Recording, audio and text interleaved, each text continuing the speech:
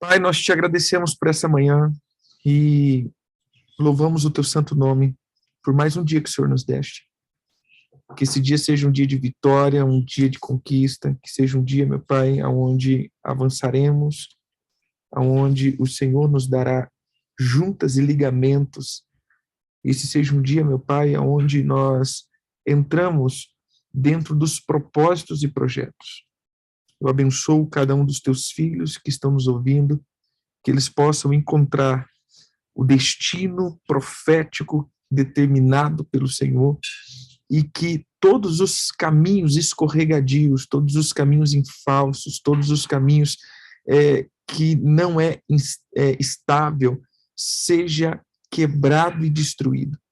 Mas como nós declaramos ontem, que os teus filhos estejam na rocha, que sejam, meu Deus, cheio da tua luz, para que eles possam andar com firmeza. Nós oramos pelo nosso Brasil, oramos por essa nação, nós oramos pelo Brasil, que significa braseiro, que aqui seja um lugar de fogo do Senhor, que o Brasil seja um altar, que nunca falte o fogo santo do Senhor. Que essa nação seja incendiada pelo teu amor e pelo teu favor. Essa é a nossa oração em nome de Jesus. Amém e amém. Amém, queridos? Hoje é o último dia que nós vamos falar, então, acerca de Rúben. Por isso, nós vamos, então, trazer aqui, continuar nosso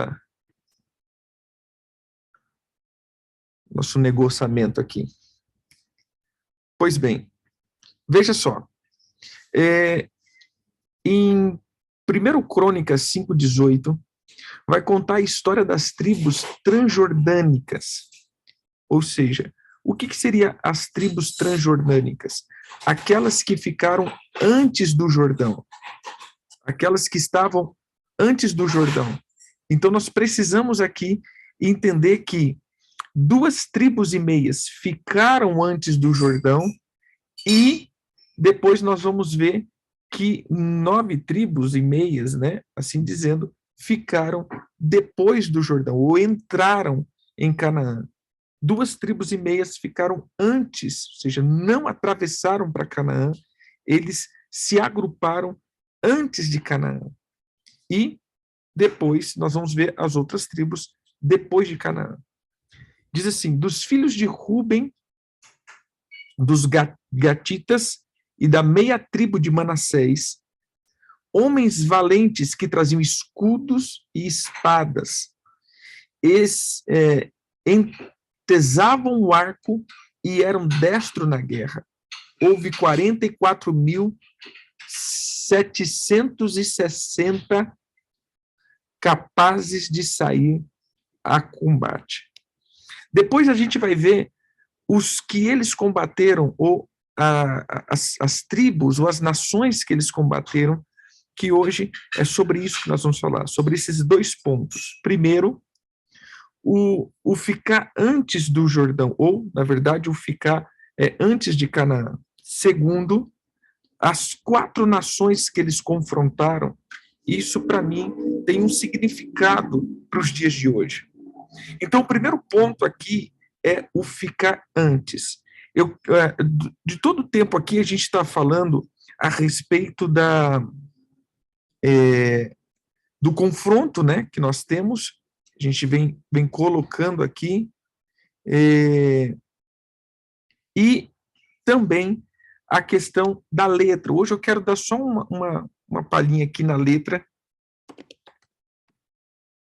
que faz sentido para isso que nós estamos falando. Lembre-se, eu quero que você abra aí em Números. Deixa eu só voltar aqui que o negócio negociou. Em Números. Números 2, que você vai entender de onde nós estamos tirando tudo isso, né? Porque senão fica parecendo meio que o horóscopo gospel, né? Olha, a letra, o trono, e aquele negócio, rapaz, já virou o horóscopo gospel, né? Então, vamos lá. Em Números 2, verso 2,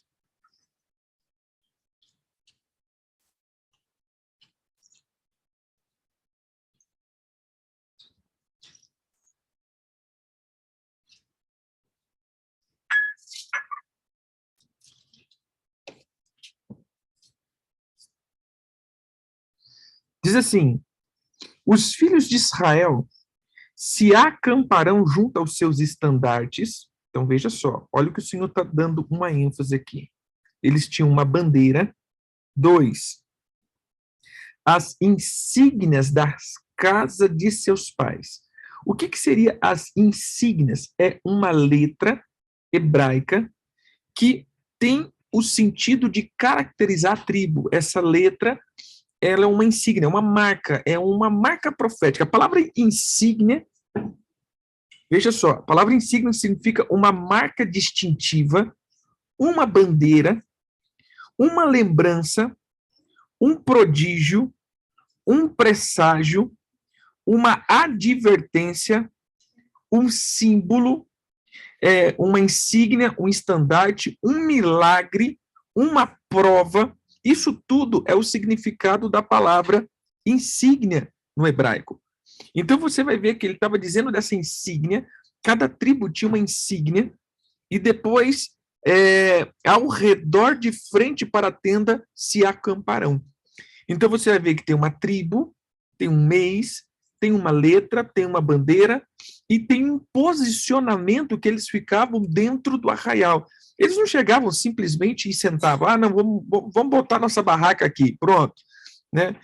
Não era assim, eles teriam uma ordem de acampamento, eles teriam um sentido de acampamento que você vai ver isso daí no decorrer do texto. Aí você vai ver que aqui foi a primeira vez que eles saíram em agrupamento. Então você vai ver que veio Judá, depois Issacar, depois Zebulon, entrando do lado leste. Depois você vai ver Rúben, Simeão, Gade. Aí do lado oeste você vai ver Efraim, Manassés, Benjamim. E depois você vai ver Dan, Aser e Naftali. Então, essa foi o rodear do tabernáculo. Então, o tabernáculo ele era rodeado. Pois bem, a insígnia ou a letra ou a marca que destaca essa tribo era a letra Het, que é o 8 em hebraico. É interessante que essa letra ela vem no sentido de muro, ou seja, muro ou novos começos, ou a fortificação dos muros.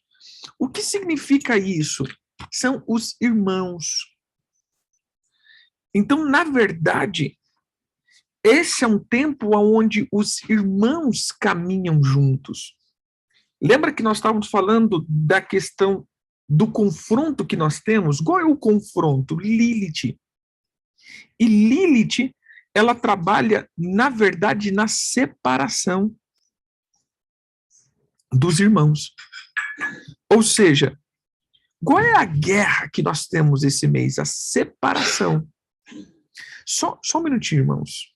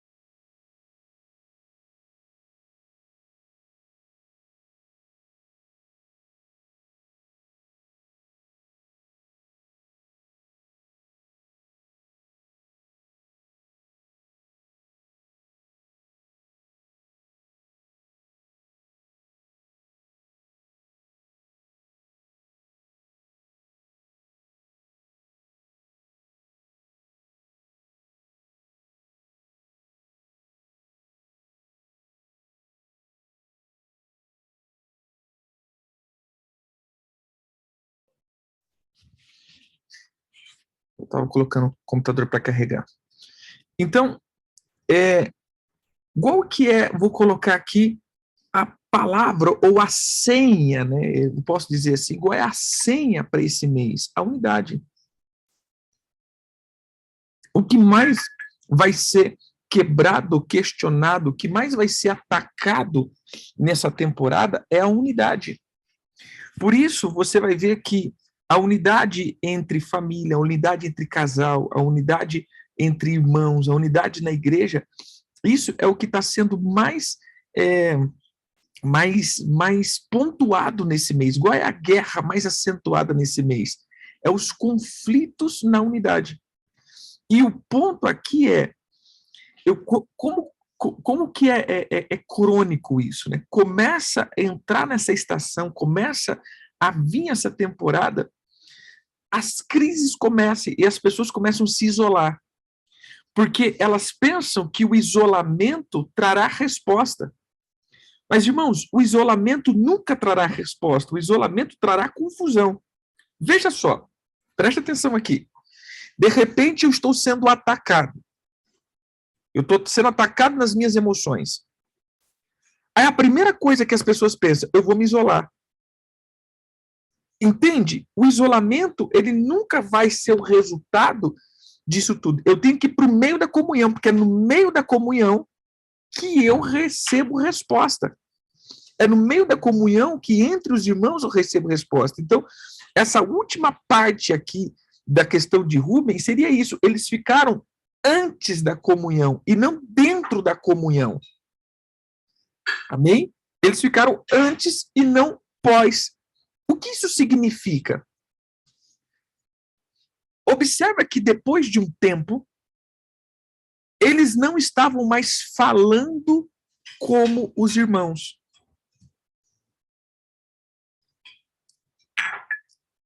Veja só, quem já ouviu alguns discursos assim, principalmente de gente grande, né? Sabe aquelas pessoas que começam a fazer sucesso?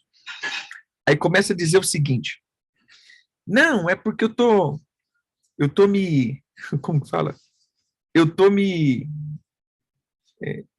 desvencilhando da religiosidade, né?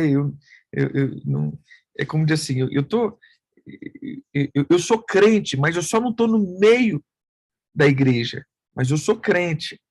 Já viu aqueles artistas que começam a fazer assim? Aí daqui a pouco, a hora que você viu, desviou, né? Por quê? Porque é no meio da unidade que nós falamos a língua dos irmãos. Você entendeu? É no meio da unidade que nós falamos a língua. É no meio da unidade que nós entramos dentro desse contexto. Agora, preste atenção no que eu vou dizer. Lá na frente houve uma guerra. E essa guerra, ela foi vencida. É mais ou menos isso aí. Eu me desviei da religiosidade. Mas lá na frente, você vai ver que a guerra ela foi pela linguagem. Como eles descobriram quem era dessas tribos transjordânica e as tribos que estavam lá? Quando eles pediam para falar Shibolete. E aí, aqueles que já não estavam juntos falavam Sibolete. Ou seja, eles não tinham mais a dicção daquela terra, porque eles ficaram antes. E isso fez com que se identificasse, porque eles já não falavam mais igual os irmãos. Eles não falavam mais semelhante aos irmãos. A fala dessas pessoas já eram pessoas que não estavam na comunhão. É muito nítido, querido, quando você vê uma pessoa que não gosta de estar no meio da comunhão. A fala dessa pessoa é diferente do corpo. Ele começa, né, aquilo que a gente viu, eles começam a falar diferente do corpo, eles têm os costumes diferentes do corpo, eles aplicam a sua vida diferente do corpo. E a guerra, então, de Rubem é a guerra da unidade. Quando nós olhamos para esse ponto, você vai ver que o que fez Rubens desviar foi a unidade. Ele simplesmente estava chateado. Então, todas as vezes que nós entramos dentro dessa chateação ou dessa amargura, a primeira coisa que nós fazemos é tentar não estar dentro da comunhão do corpo. Então, qual é a cura? A comunhão do corpo. Porque na comunhão do corpo é que o sangue circula. E aonde o sangue circula, ele traz todos os mecanismos de defesa e traz os mecanismos de cura. É o sangue que traz a cura. Por isso é no sangue que nós identificamos todas as enfermidades. E nesse ponto é no meio do corpo que nós vamos, então, sendo curados. Ou seja, irmãos, aonde eu sou curado? No meio do corpo. É no corpo que eu sou curado. Mas apóstolo, mas e quando é o corpo que nos fere? Sim, como diz Jesus, eu fiz a ferida e eu também curo. Ou seja, nós vamos ser feridos e curados no meio do corpo. Nós vamos ser feridos e totalmente restaurados no meio do corpo. Amém? É no corpo que nós fazemos isso. Então, preste atenção nesse ponto.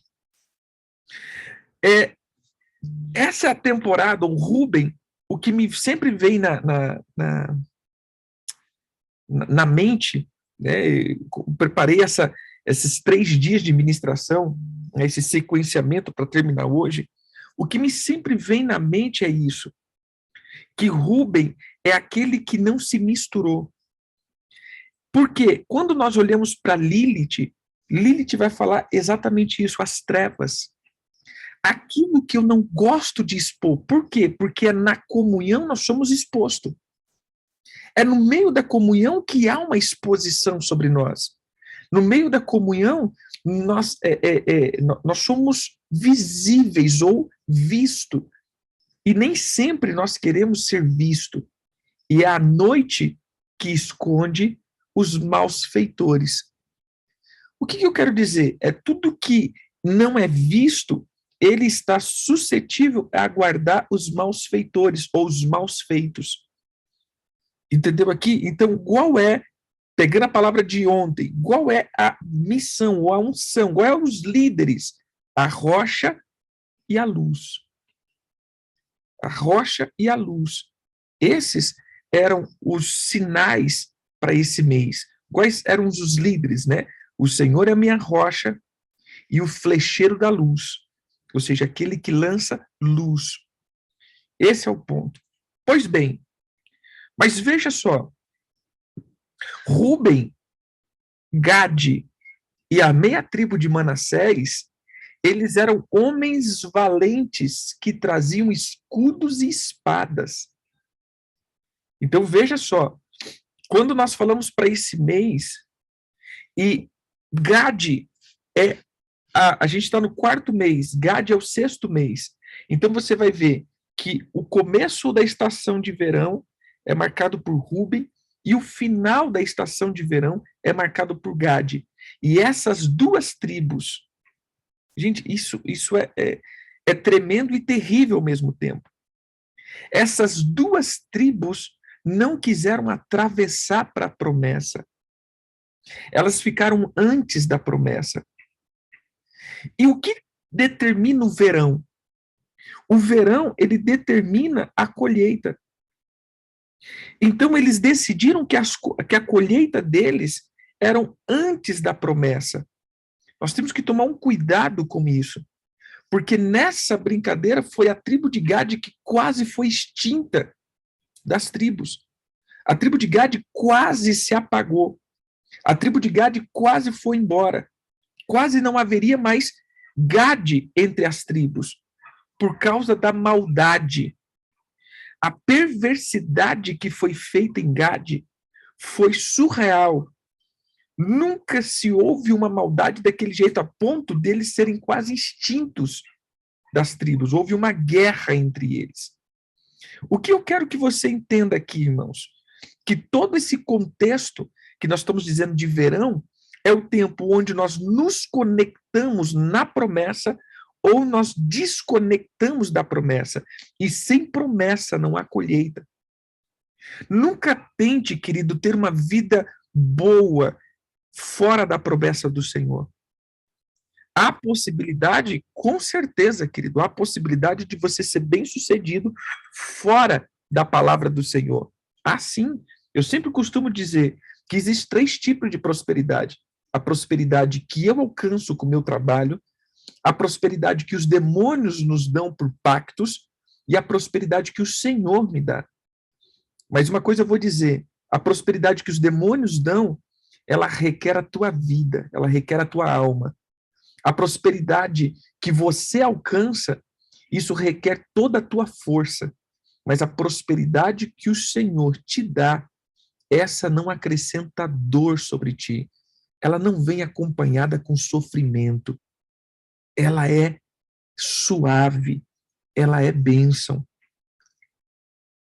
Então nós precisamos entender isso, que o Senhor, ele nos dá prosperidade. E nós vamos, essa estação toda, entrar um pouco nisso, falar sobre uma visão de prosperidade. Por isso nós precisamos estar no meio do corpo e dentro da promessa. Mas uma coisa é, Gade, Manassés e Rúben é uma tribo valente. Esse é o tempo de valentes, esse é o tempo de guerra, esse é o tempo que o Senhor prepara as nossas mãos para a batalha, esse é o tempo que o Senhor nos faz sair ao combate, esse é o tempo que o Senhor nos faz sair ao combate com escudos e espadas. Então, se eu tivesse aqui na igreja, meu irmão, hoje, com certeza eu ia falar, profetiza para o teu irmão, não é tempo de se isolar. Amém? Não é o tempo de ficar sozinho, não é o tempo de entrar para o quarto, é o tempo de sair do quarto, esse é o tempo de sair para a guerra, esse é o tempo de sair para os campos, esse é o tempo de sair para a peleja, esse é o tempo de estar com espada e escudo nas mãos. Amém? Exatamente, esse não é o tempo de caverna. Esse é o tempo de campo, esse é o tempo de estar junto. Começa com Rúben, a força, e termina com Gade. O que é Gade? As pessoas falam que Gade, né, é a unção da riqueza. Em tese, querido, é a unção da riqueza. Gade, ele, apesar de falar da prosperidade, porque a palavra Gade é afortunado, mas Gade, na verdade, significa agrupamento, tropa. Ou seja, o que seria Gade? É o agrupamento.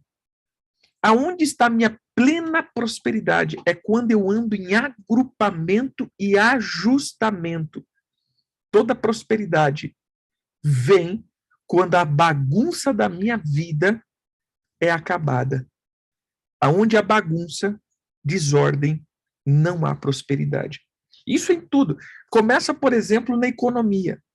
Aonde há bagunça e desordem na economia, não há prosperidade. Exemplo aqui que eu falo, irmão, você sabe quanto você ganha? Você sabe quanto você gasta? Você sabe aonde vai o teu dinheiro?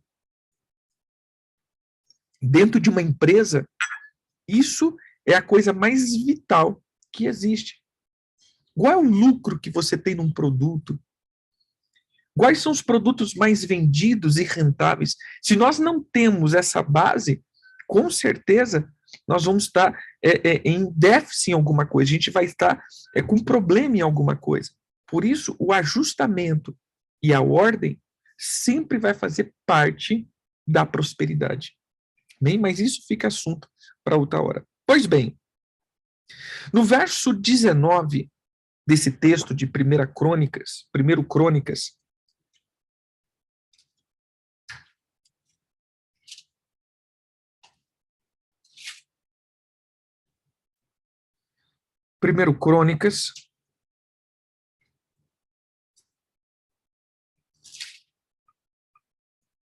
diz assim, fizeram guerra aos agarenos com Getur, a Nafis e a Nodab. E aí a gente vai ver que essas foram os quatro povos que eles fizeram guerra. Então, profeticamente, nós estamos dizendo que o Senhor nos dará escudos e espadas, o Senhor nos dará mãos hábeis para pegar o arco, e o Senhor nos dará destreza na guerra e capacidade para sair ao combate, para enfrentarmos esses 4 inimigos. Quem seriam esses inimigos? Primeiro, O primeiro inimigo é o agareno, que significa peregrino. Ou seja, a peregrinação. Irmãos, a peregrinação é algo que nós precisamos, no capítulo 5, né? Capítulo 5. Então, veja só, a peregrinação é uma das coisas que nós precisamos tomar cuidado esse mês. Como assim? O que é a peregrinação? É ficar andando de um lado para o outro. Isso é um peregrino. Nós começamos esse mês, aqueles que consegui liberar ontem, né? O vídeo que nós fizemos dia 30. Mas nós começamos essa estação fazendo um ato profético com um arado. Nós fizemos um ato profético de profeticamente estar arando a nossa terra. Por quê? Porque onde acaba a peregrinação? Aonde acaba os nômades? Quando eles aprenderam a plantar e colher. O que era, ou o que fazia um povo ser nômade? Eles entravam dentro de uma terra e eles comiam tudo que essa terra podia oferecer, depois eles partiam para um outro lugar para poder, então, pegar aquilo que eles tinham para pegar. E então, assim, eles viviam peregrinando de um lugar a um outro lugar, de um lugar a um outro lugar. Mas quando eles aprenderam a plantar e colher, a peregrinação acabou. Por quê? Porque agora eles podem produzir os grãos. Eles conseguiram trabalhar a terra. Então, o que seria a peregrinação nos nossos dias? Duas coisas. Quando não temos capacidade de arar a terra, ou seja, preste atenção aqui, o que seria a capacidade de arar a terra? É quando eu não consigo arar a minha terra, quando eu não consigo quebrar as coisas que estão em mim, quando eu não consigo arrancar a terra dura do meu coração, eu vou viver peregrinando. Por quê? Porque eu sempre vou ir até o limite daquilo que se chama ferida. Eu vou até o limite. Depois daquilo ali, eu já vou para um outro lugar. Depois daquilo ali, eu já vou para um outro lugar. Depois daquilo ali, eu já vou para um outro lugar. Eu estou sempre trocando de emprego, eu estou sempre trocando de amizades, eu estou sempre trocando de relacionamentos, eu estou sempre trocando, por quê? Eu me tornei um peregrino. Porque eu não tenho a capacidade de arar a terra para cultivar as minhas sementes.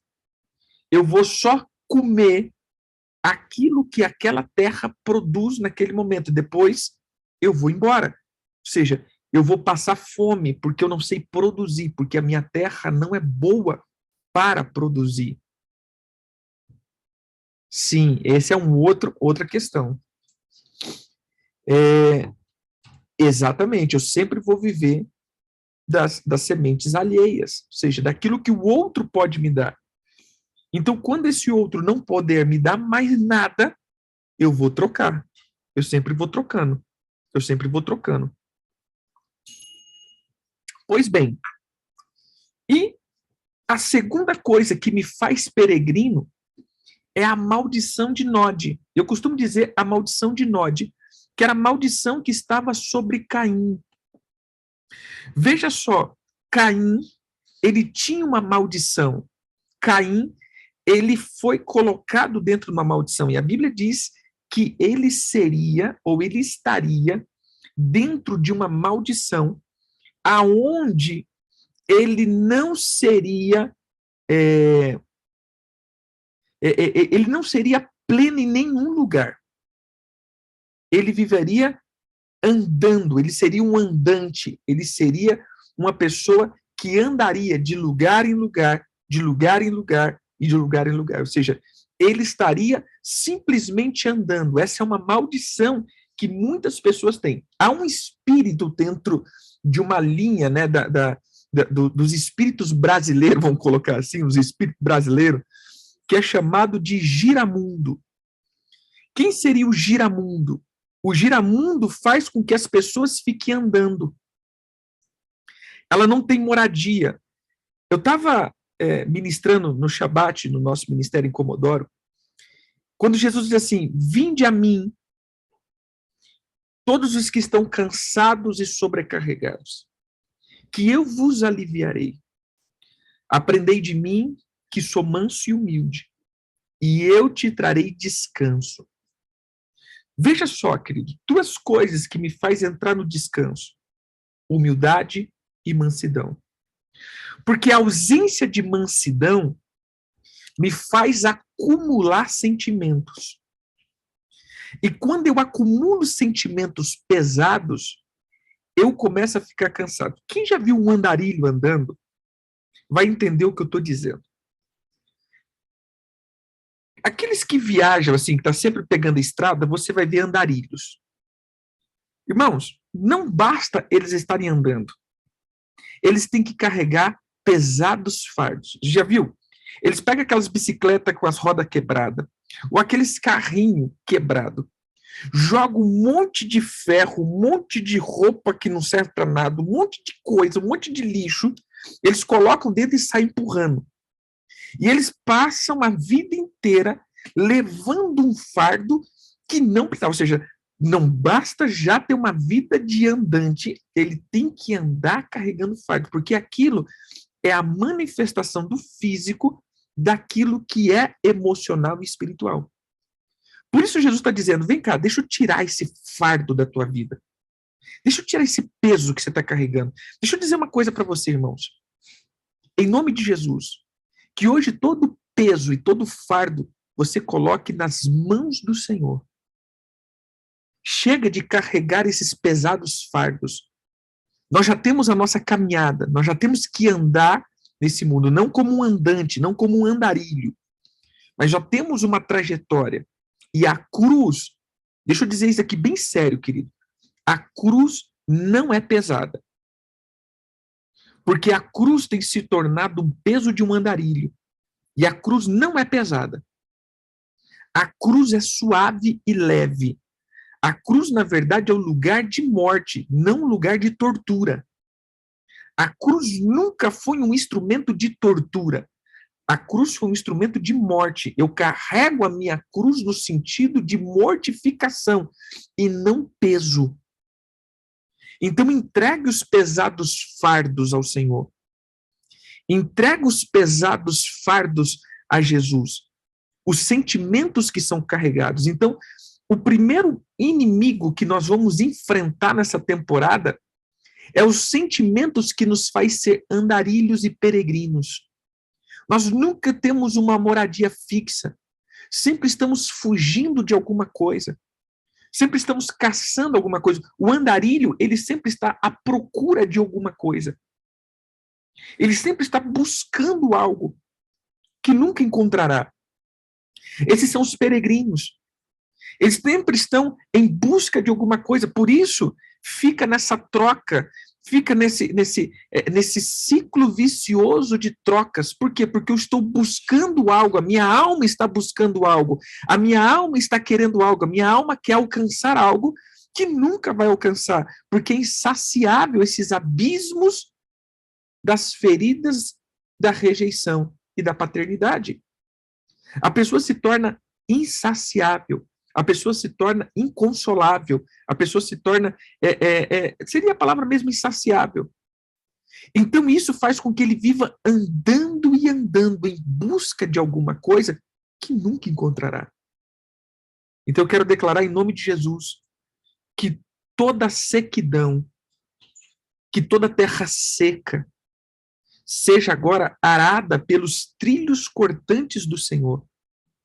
E que em nome de Jesus você seja saciado pelos rios de águas vivas que saem do trono do Pai. Que você seja simplesmente inundado por essas águas, saciado pela palavra, para que você não viva uma vida de andante. Que a maldição de Nod, de perturbação, a maldição de instabilidade caia por terra, mas que você seja simplesmente direcionado e saciado. Amém? A segunda guerra é a guerra contra Getur. Getur significa cercado, aquilo que está fora dos limites. Ele encontrará um jeito de. Sabe que eu vejo isso? É tudo aquilo que nós andamos fora dos cercos ou fora dos nossos limites. Sabe qual que é a segunda guerra que nós encontraremos e enfrentaremos? É a guerra dos limites. Veja que Rúben passou do limite e deitou na cama do pai. Você parou para pensar nisso? Rúben passou do limite. Rúben, ele passou do seu limite. Ele deita com a concubina do pai. Ele não vê o limite que ele precisava. Ele não colocou a cerca de proteção, mas ele foi para fora dos seus limites. Aonde eu quero chegar aqui? Veja só, queridos. Nós precisamos entender que existe um limite seguro para eu transitar. Uma coisa que eu tenho batido nesses tempos é uma coisa chamada legalidade. Não ser ilegítimo, ser legítimo. O que é ser legítimo? Isso, o antídoto é a unidade. O que é ser legítimo? É você estar dentro da tua esfera de atuação. Ou até onde você pode ir. Em tudo tem um limite. Irmãos, toda vez que a gente fala assim, retaliação, apóstolo, eu estou sendo retalhado. O que é uma retaliação? É quando você vai para fora do seu limite. É quando você age fora do limite que você precisava agir. É todas as vezes que você entrou para fora desse limite, ou seja, você passou da tua esfera de autoridade. Onde você foi que você não estava legitimizado a ir. Entenda aqui uma questão, por exemplo, uma coisa que a gente já ouviu, um abuso de autoridade. Imagine isso aqui, um abuso de autoridade. Um policial, ele tem autoridade de prender, autoridade de paralisar, autoridade de... Ele tem autoridade, mas quando ele passa dessa autoridade, ele então é processado, ou ele é caçado, ou ele é perseguido, ou ele entra em inquérito, porque ele foi para fora do seu limite. Há um limite. A autoridade há limite. Apóstolo, eu sou ungido. Amém, querido, você é ungido. Então agora você faz parte dos ungidão, né? Mas deixa eu te perguntar, qual é o limite dessa unção? Você já parou para pensar nisso? A tua unção te dá limite a quê? Veja que você, como um funcionário, você tem um sistema da empresa, aonde você acessa. Agora deixa eu te perguntar, a tua senha, ela acessa todo o sistema? Não. Se você é um funcionário, a tua senha, ela entra no sistema, mas ela tem um limite de acesso. Só o dono da empresa e os seus gerentes master, eles terão acesso pleno a um sistema. Ou seja, cada senha, cada chave de acesso, ele te dá um limite de acesso. E todas as vezes que você tenta exceder esse limite, você pode ser penalizado. O que eu vejo de gente que está arrebentado nos ministérios, porque eles simplesmente assistem filmes e ministrações. É que eu lembrei, sabe aquele meme que o cara faz aquela defesa pessoal com arma, né, que ele faz assim, pá, aí de repente ele vai tentar, morreu, tá no céu?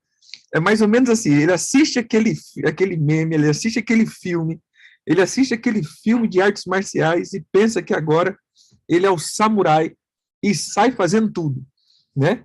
Então, é exatamente esse ponto, que muitas vezes nós assistimos uma ministração do pastor, do apóstolo, que diz que foi não sei na onde, fez o ato profético, pegou a espada, arrancou a cabeça do demônio e falou, rapaz, eu aprendi a fazer, eu copiei a oração dele, eu fiz tudinho aqui, rapaz, eu vou fazer isso daqui.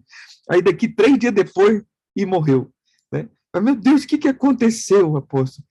Eu peguei a oração certinha, eu copiei a oração certinha, eu fiz tudo certinho. O que aconteceu comigo? Meu irmão, você não tinha senha, você não tinha chave de acesso, você não poderia ter transitado nesse lugar, você foi para além dos teus limites.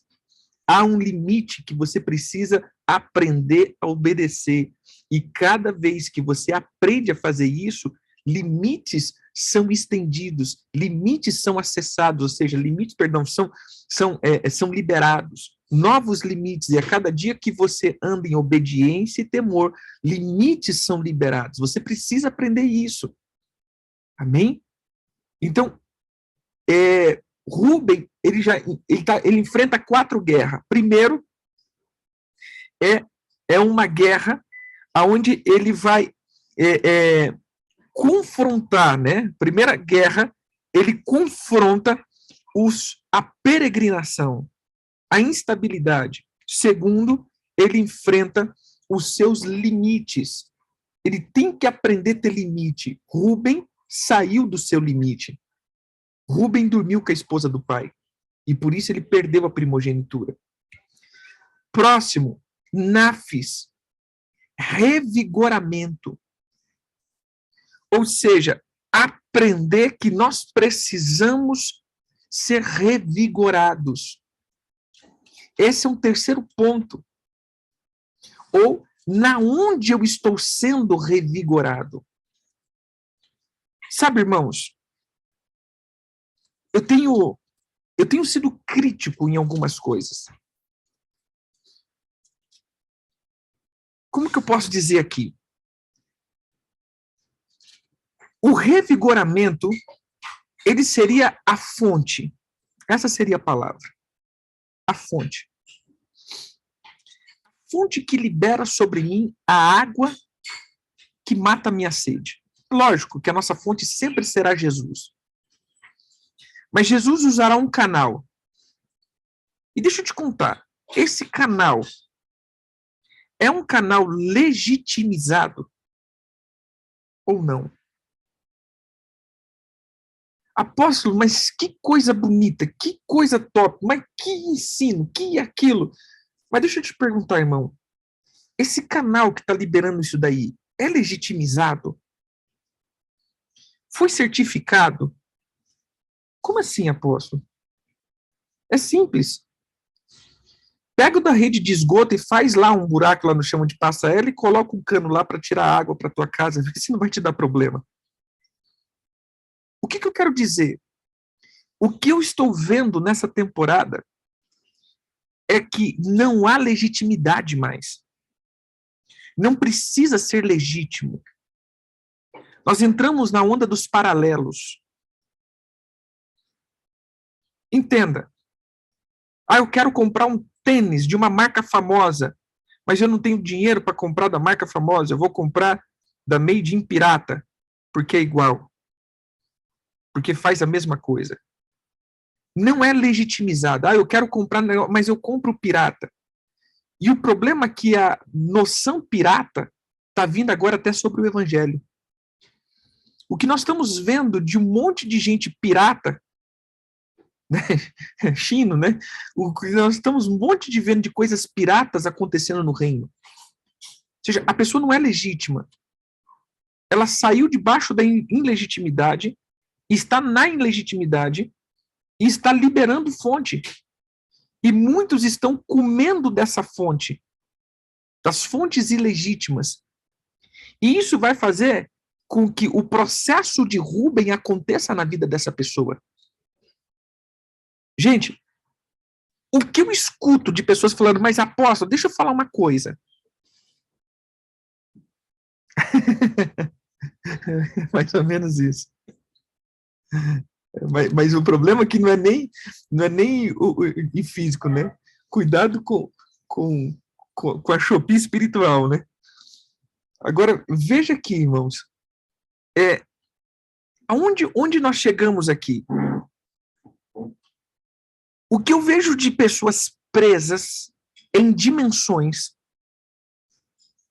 elas fluíram e alcançaram dimensões, alcançaram lugares, alcançaram atmosferas, alcançaram ambientes espirituais, mas depois elas são sugadas por um abismo tão terrível que elas querem desistir de tudo. Elas foram, e daqui a pouco elas descem em um patamar tão profundo que elas não encontram mais luz. Nós precisamos tomar cuidado. Por quê? Porque isso aqui pode ser uma coisa que foi ilegítima, ou seja, eu entrei ilegítimo nesses lugares. Como saber os nossos limites, né? Uma boa pergunta. Como eu sei dos meus limites? Qual eu sei aonde estão os meus limites? Eu vou citar um texto aqui, e aí eu volto. Como eu estava falando. Eu já ouvi muitas vezes as pessoas falando, apóstolo, mas o apóstolo Paulo foi ungido por Jesus. Quem deu o apóstolo Paulo foi Jesus. Jesus que apareceu para o apóstolo Paulo. Mas a gente esquece de ler lá na frente, quando o apóstolo Paulo, ele então vai lá para os primeiros apóstolos, Pedro, Tiago, e ele então é enviado, comissionado e é imposto as mãos sobre ele para que ele possa agora transitar nas igrejas com legitimidade. Esse texto a gente esquece. A gente só lembra que Jesus apareceu para o apóstolo Paulo. Mas a gente esquece que o apóstolo Paulo depois vai lá para Jerusalém ser enviado pelos irmãos, pelos apóstolos mais velhos. Então, o que seria isso, essa legitimidade? Quando há pessoas que impõem as mãos sobre você e liberam o que você está fazendo. Ou seja, você pode fazer na luz. O que seria isso? O que você está fazendo? Você pode publicar isso na igreja? Vamos lá, irmãos. Por que nós vamos ver 4 evangelhos? Vai falar das 4 características de Jesus. Vai falar de tudo isso. Mas por que o evangelho foi escrito por Mateus? O outro evangelho foi escrito por Marcos. E quem era Marcos? O discípulo de Pedro. Então, o outro evangelho é de Pedro. O outro é de João. E o outro é de Paulo, que foi escrito por Lucas. Veja só, queridos. Existem 4 evangelhos e os 4 evangelhos foram escritos por pessoas que foram testemunhas oculares de Jesus. Então, nós temos o evangelho de Mateus, que era um discípulo de Jesus, um apóstolo. Nós temos o evangelho de João, que era um apóstolo de Jesus. Nós temos o evangelho de Pedro, que foi escrito por Marcos, que era um discípulo de Jesus. E temos o evangelho de Paulo, que foi escrito por Lucas. Por isso que ele diz o meu evangelho. Não é que ele criou um evangelho à parte. Não, é o evangelho de Lucas, que nós temos, foi escrito por Paulo. E eu vou te explicar tudo isso. E por que foi desse jeito? Porque essas cartas que transitavam como doutrina da pessoa de Jesus precisava ser testificadas e aceitas pelos primeiros apóstolos. Essa é uma linha teológica chamada a linha das 4 fontes. O primeiro evangelho a ser escrito é o evangelho de Mateus. Ele foi a base de todos os outros evangelhos, porque Mateus foi um discípulo que andou lado a lado com Jesus. Depois, nós vamos ver que Pedro, ele tem um evangelho. Mas, na verdade, o apóstolo Paulo, ele vem. Por isso você vai ver o começo do evangelho de Lucas, ele dizendo, como uma explanação, olha, eu apurei os fatos, e depois de ter apurado todos os fatos, chegamos nessa conclusão. Aí começa, então, o evangelho de Lucas. Quando eles pegam o evangelho de Lucas, o escrito ali de Lucas, que foi por ordem do apóstolo Paulo, isso daqui é uma linha teológica. eles, Marcos, ele faz a conferência. Então ele pega a conferência, ele pega o Evangelho de Mateus, o escrito de Mateus, e confere. Ó, tá aqui, de Lucas tá aqui, tá aqui, tá aqui, tá aqui, tá aqui, tá aqui, tá aqui. Foi conferindo. Ó, tá tudo certinho. A conferência bateu. E essa conferência estava sendo escrita por Marcos, que era um escriba, e ele estava ali escrevendo. Então você vai ver que o Evangelho de Marcos é como que fosse o resumo dos dois. O Evangelho que é um resumo, ou seja, é a conferência. E depois nós temos o Evangelho de João, que não tem nada a ver com os outros 3 evangelhos. Você vai ver que o Evangelho de Mateus, Marcos e Lucas, ele é meio parecido. O de João vai para o outro lado, que já era de um outro apóstolo que andou com Jesus. O que eu quero dizer com isso? Que mesmo eles sendo apóstolos, eles precisavam passar pela conferência. Irmãos, deixa eu falar uma coisa para você. Quem está conferindo o que você faz e quem está conferindo quem você ouve? Já parou para pensar nisso? Após ter um fulano lá ensinando a entrar nas dimensões supra, ultra, mega, power, blaster, mega, fantástica. Deixa eu te falar, quem já conferiu isso daí? Já parou para pensar nisso? Aí depois, eu vou dizer, volta o cão arrependido com os rabos entre as pernas. Por quê? Aí volta todo quebrado. Aí você fala assim, mas, irmão, o que você fez? Rapaz, eu estava assistindo um negócio, o irmão disse, para nós fazer, dar 7 pulinhos para São Longuinho e entrar na... Aí falou, Jesus, né? É lógico que é brincadeira isso, mas é mais ou menos isso, entendeu? Você simplesmente entra, faz e aquela coisa toda, e aí depois, isso não estava conferido. O irmão pegou lá no livro não sei na onde, ele pegou no escrito não sei do que, ele misturou com não sei do que, ele pegou as práticas, às vezes era lá das trevas, e colocou Jesus no meio. Sabe aquelas músicas plágio que em vez de colocar a moça, coloca Jesus, e aquele negócio todo? E aí fez aquele plágio das trevas, e as pessoas entraram em dimensões abismais e não conseguem mais sair. Aí você fala, mas tá, aonde você está se revigorando? Isso é sério, irmãos. Porque o que está acontecendo aqui nesse mês? Esse é o mês onde todos os pactos estão sendo requeridos. Porque Lilith é a mãe das bruxaria. Quando você fala de bruxaria, você fala de vampirismo. E vampirismo é Lilith. Então, esse é o mês onde os pactos estão sendo requeridos. É a renovação de pacto. Por isso, muita galera está down. Esse mês começa a ficar para baixo e não sabe por que ficar para baixo. Amém? Então, entenda isso daqui. Você precisa entender que precisamos estar dentro de uma conferência. Irmão, pergunta, você vai assistir alguma coisa? Faz a primeira pergunta, quem está conferindo isso? Já foi conferido? Já passou por uma junta de conferência? Já foi colocado, né? Nós temos alguns vídeos que eu lanço, e é interessante que, em um específico, principalmente o orgânico, né, eu tenho uma junta de filhos, e tem uma junta de filhos que fazem algumas revisões, né? E eu jogo lá, falo, irmão, revisa isso para mim, pega esse negócio, coloca lá, e uma das pessoas que sempre coloca, eu vejo os comentários, né? Pastora Neide Justino, que coloca lá, conferido profeticamente, ou seja, está conferido.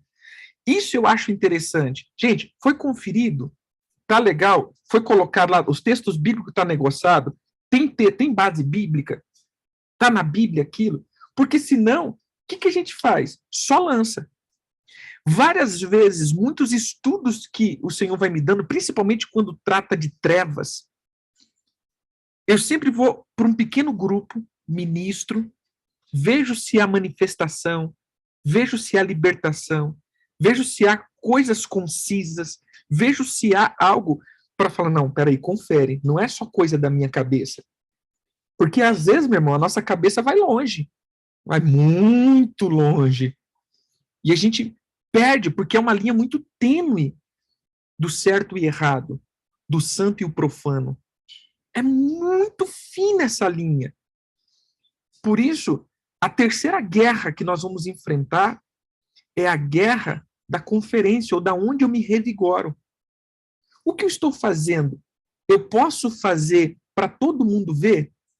Ou eu tenho que fazer para um pequeno grupo? Porque se todo mundo ver, vai me chamar de doido, vai me chamar de isso, não vai concordar com o que eu estou fazendo. É lógico, tem muitas vezes que pessoas não concordarão. E isso não significa que não é santo. Mas espera aí, não concordou porque é antibíblico ou não concordou porque não é uma linha bíblica? Por exemplo, nós falamos de guerra espiritual. Tem gente que não gosta de guerra espiritual porque não concorda com maldição. Esse é um ponto. Agora, o que você está falando é uma heresia sem tamanho ou é simplesmente uma linha aonde algumas linhas teológicas não concordam? Sobre libertação, sobre quebra de maldição, demônio, crente tem demônio ou não. Isso é uma linha que já foi discutida. Agora, tem muitas pessoas que entram em linhas que realmente é antibíblico. Não tem nenhum fundamento bíblico. Não tem fundamento. Vou dar um exemplo aqui. Uma vez, a gente começou a ter um monte de perguntas a respeito de um ensinamento. Né? E isso não foi só uma pessoa, não. Foram várias pessoas que eu já vi falando sobre isso. Por exemplo, que Jesus nasceu do sêmen de José. É muito bonito isso. Jesus nasceu do sêmen de José. É muito bonito quando você vê o milagre, tá, aquela coisa da mudança de genética e papapá do DNA e para lá, aquela coisa toda. Mas, irmão, se eu creio nisso, eu já não vou crer que Maria era virgem. Concorda comigo? Aí eu já quebro um dos princípios mais, como que eu vou dizer aqui, mais primordial das Escrituras, que a virgem conceberá à luz a um filho. Então eu quebrei a profecia. Mas apóstolo, mas onde está essa loucura? Sabe onde está essa loucura? Nos escritos judaicos. Tem uma linha judaica que está na própria Peshita que diz isso. Que Jesus nasceu, que era o maior milagre, Jesus nascer na semente de José. Meu irmão, isso é heresia. Por quê? Porque senão eu quebro todas as profecias da virgem dando à luz. Entende? É irracional. É muito sutil. Então a galera vai comendo dessas coisas. Ah, mas foi o judeu que escreveu. Irmãos, cuidado, porque nem tudo que reluz é ouro. Amém? Cuidado. Eu vou usar uma frase de um cantor chamado Déio Tambasco, né, irmão do Duca, que ele diz: nem tudo que reluz é ouro, mas tudo que seduz é roubo. Então, cuidado, querido. Cuidado. Cuidado com essas coisas. Amém? Então, confira. E por último, Nodab, que é nobreza. Amém? É a luta contra a nobreza. O que seria isso? Nós vamos ter uma guerra e uma luta contra todas as áreas da minha vida que ainda estão ligadas à luxúria e à vontade de reconhecimento. Nós já falamos isso no segundo vídeo, no primeiro vídeo. Então, 4 guerras nós vamos ter: a peregrinação, a conferência, os limites e todas as áreas que não morreu, que quer ser reconhecido. Essas são as quatro áreas. Também 4 áreas que nós vamos precisar vencer. Foram os 4 inimigos que eles venceram. Amém? Podemos orar?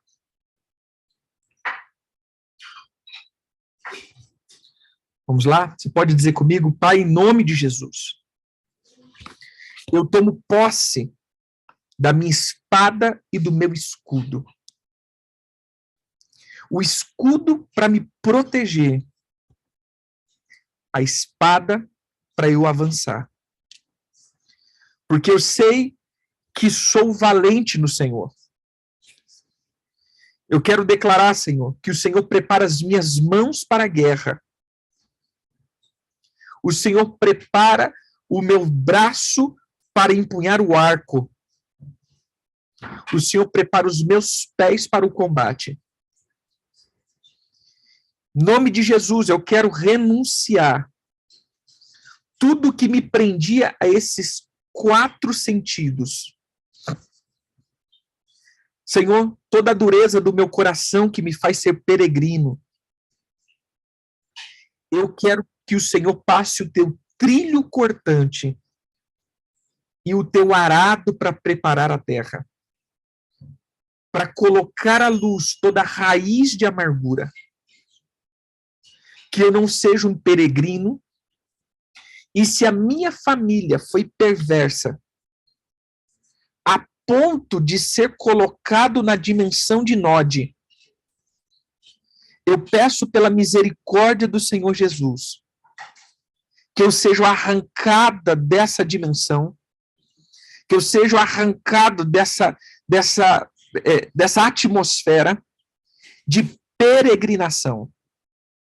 Eu não andarei errantemente, mas eu andarei nos teus propósitos. E eu digo mais, Senhor, eu serei conduzido, os meus pés não tocarão no chão, porque eu sou conduzido para o meu destino. Eu renuncio também todas as minhas ânsias de ser reconhecido, a ponto de romper os limites estabelecidos, a ponto de subir na cama, profanar o leito, de dar um jeito naquilo que eu não posso. Perdão, Senhor, por usar a chave de acesso de outro para poder acessar algumas dimensões que não estão liberadas para mim. Pai, permita-me que eu ande na legalidade, na legitimidade, que o Senhor me faça cada dia ser legítimo.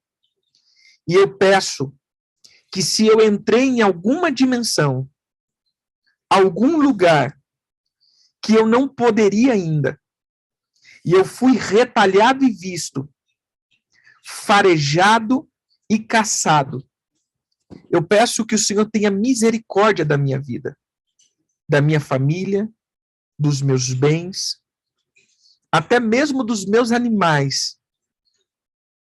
Pai, tira-me desse lugar, apaga esses rastros, tira todo o cheiro que ficou, aonde os demônios caçadores e farejadores me perseguiram e encontraram o meu endereço espiritual. Eu sou colocado agora dentro do Senhor, e o cheiro que exala de mim é o cheiro suave de Cristo, em nome de Jesus.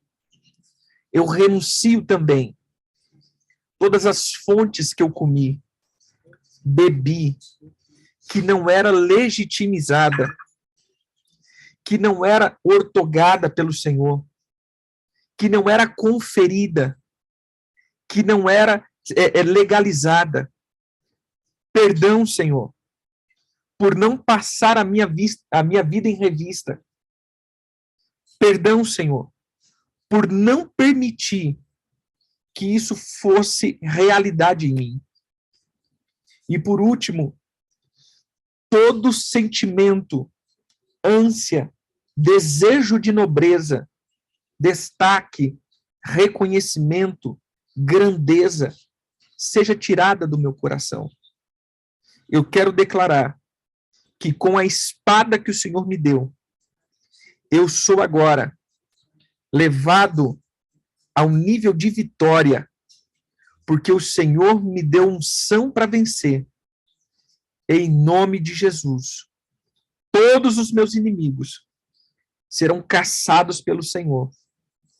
E eu sou colocado em uma dimensão de paz, alegria e fortaleza do Senhor. Em nome de Jesus. Amém. Amém, queridos. Deus abençoe a sua vida. Fiquem com Deus. Uma ótima semana. Siga firme aí, sem fritura. Até amanhã. Quer dizer, até às meia-noite, né? Aí você está liberado de novo. Fiquem com Deus.